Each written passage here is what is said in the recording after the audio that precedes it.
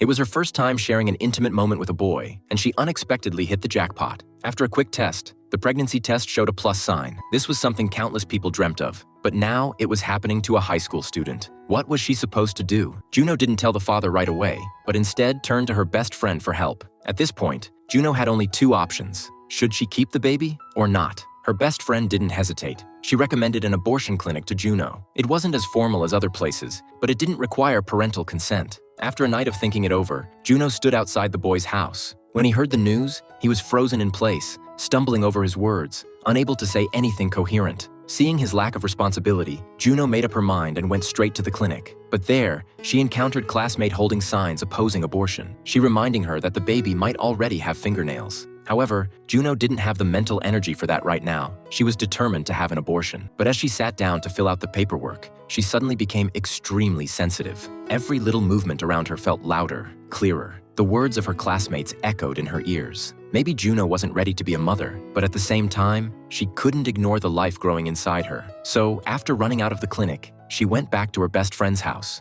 She thought maybe she could carry the baby to term and then give it to someone who needed it. So, they began looking through magazines for adoption ads. And after much searching, Juno found a suitable family for her baby. But now, a more practical issue arose. If she was going to keep the baby, she would have to tell her parents. Juno hesitated in front of them, unable to speak for a long time. Her father could tell something was wrong and said that as long as she hadn't broken any laws, everything else could be worked out. I'm pregnant. Oh, God.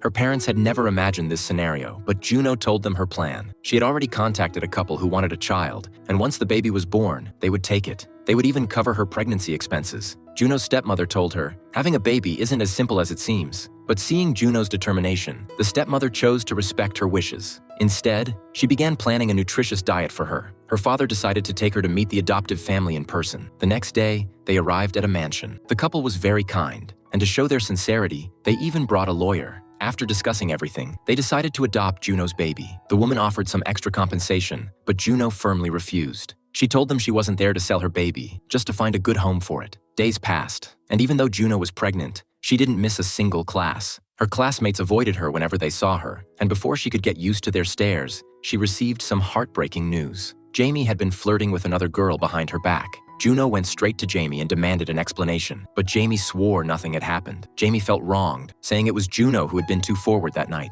and if she hadn't acted that way, there wouldn't be so many problems now. Jamie's words only made Juno feel even more upset. But that wasn't the worst part. The couple was getting a divorce, which meant they could no longer adopt Juno's baby. Juno might have to face everything on her own.